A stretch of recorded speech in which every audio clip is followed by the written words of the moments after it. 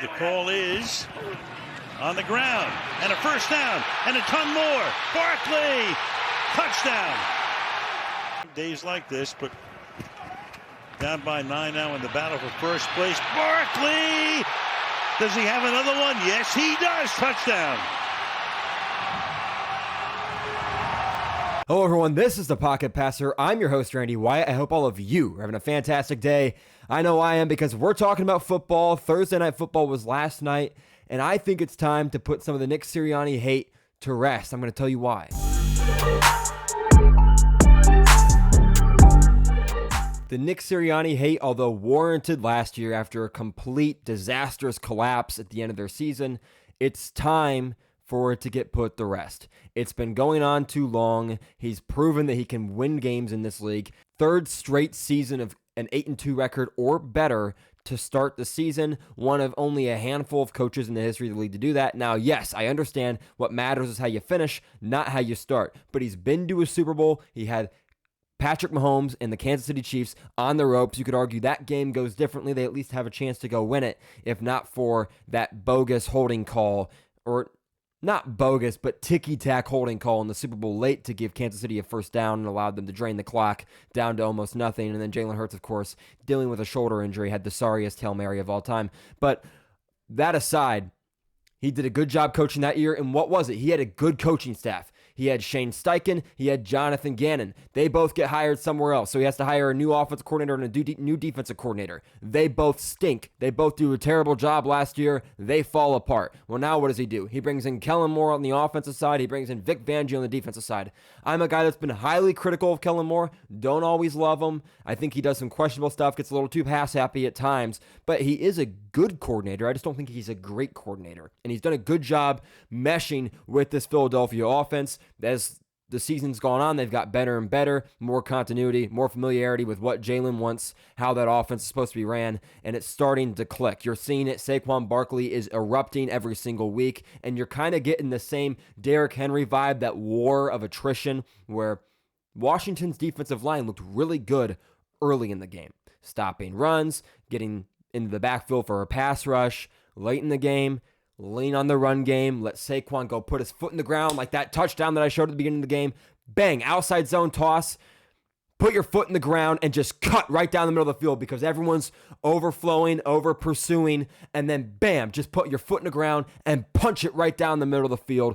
Defense just Red Sea parts, again, over pursuing to the play side, able to cut it up, and you knew it was a house call, like right when he got to the line of scrimmage. Really good run, good blocking by the offensive line. Saquon heats up as that offensive line, or as that defensive line, that front seven for opposing teams starts to get tired. Washington's run defense has struggled, and it struggled in a big way late in the Eagles game, so that was big time. And then what we're seeing here, though, is a Philadelphia Eagles culture that, despite all the noise, despite all the criticism, all the hate, all the controversy, they have stuck to their guns, they have stuck to their ways, and they're winning football games, 6 straight wins. Have they played great competition in that 6-game streak? No. Could this all be fool's gold? Yes. But this is a great roster put together by Howie Roseman. He's done a fantastic job in the draft, in free agency, bringing in Saquon Barkley, bringing in A.J. Brown in a trade a couple years ago. He has done an incredible job keeping that offensive line great, keeping that defensive line great. Again, another thing with their struggles last year, why their defense struggled last year. Their linebackers were mediocre at best last year. Linebacker play has improved drastically. Secondary last year, mediocre at best. Their corners weren't showing up.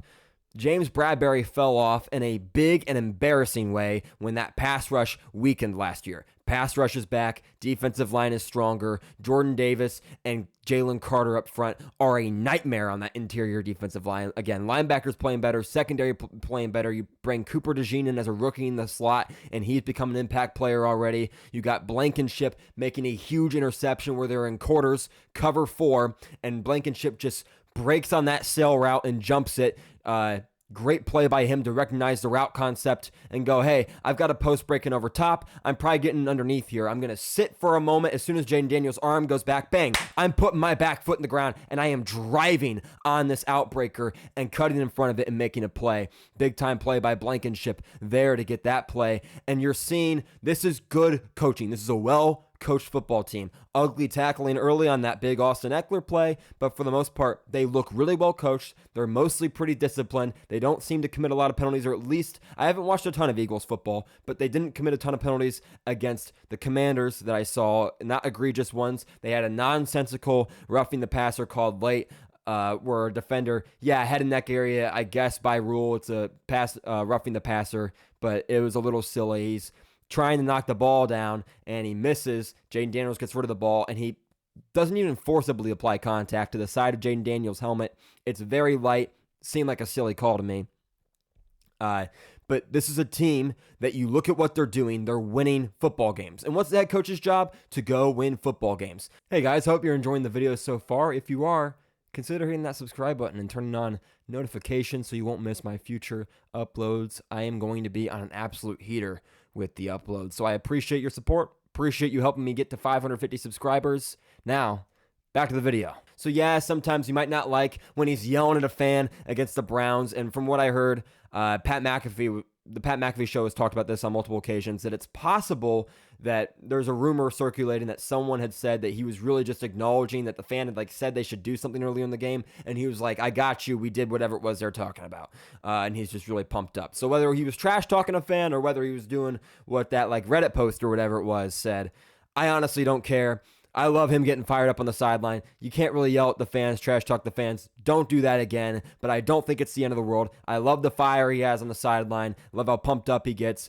And I'm a guy that's definitely been critical of Nick Sirianni, and I don't think he's an elite coach. I don't think he's that top echelon of coaches, the Andy Reids, the Dan Campbells, the Matt LaFleur's, Sean Payton's, those guys. But he's a good coach, and he deserves his respect. And now that he has a good staff around him again, Kellen Moore, Vic Fangio, he brings in a staff that can actually coach a team, game plan effectively. Last year, they practically ran a high school offense. It was terrible. This year, far more advanced. They bring in a much better running back, and you're seeing this offense just play far more consistent football that seems much more sustainable. I expect this Eagles team to not do what they did last year. I think they're going to continue to be good. They're not my Super Bowl pick, but they absolutely could do it, especially if they get hot at the right time. And looking at this Detroit Lions team that has been absolutely blazing hot. I know Jared Goff just threw 5 interceptions and they won anyway, so he's not necessarily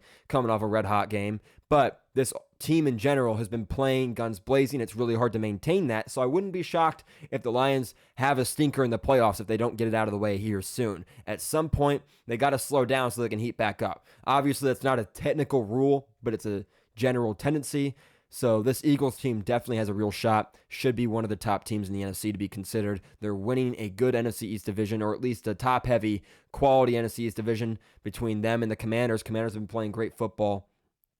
So to see this Nick Sirianni team that looks well coached, looks like they're on a little bit of a heater here, playing good football, executing at a high level, let's pump the brakes on the Nick Sirianni hate just a little bit. Just a little bit. Now, if they do what they did last year and completely collapse at the end of the season, have a stinker where they get blown out in the playoffs, all right, we can crank the heat back up on Sirianni. And for those of you that are hating on Sirianni, I am totally cool. I will sit back and take the punches. You want to be like, I told you, moron, I told you. Go ahead. But right now, I think he deserves his flowers if he continues to keep this up. So let's pump the brakes on the hate a little bit, see how he finishes this season. I am definitely pulling for Sirianni because this hate that has been coming up against him, when that happens and I feel it's not totally warranted, I usually tend to root for those guys. So that's where I'm at with Sirianni. Although I don't like the Eagles, I do like Jalen Hurts. I like a lot of their players. Saquon Barkley's awesome, and he is absolutely incredible. He's showing that he is a top premier back, just like he was early in his career with the Giants before injury started to pile up, and they just continue to suck more and more. So excited to see what this team's capable of under good coaching. Nick Sirianni has help in his staff meeting room once again. And what do you know? They're a productive team again. See if they can hold it up. I think they will. That's all I got for you guys. If you enjoyed this video, make sure to leave a like, hit that subscribe button, and leave a comment down below what your thoughts are on the whole Nick Sirianni situation. I appreciate all of you, and I will see all of you in the next video. Peace.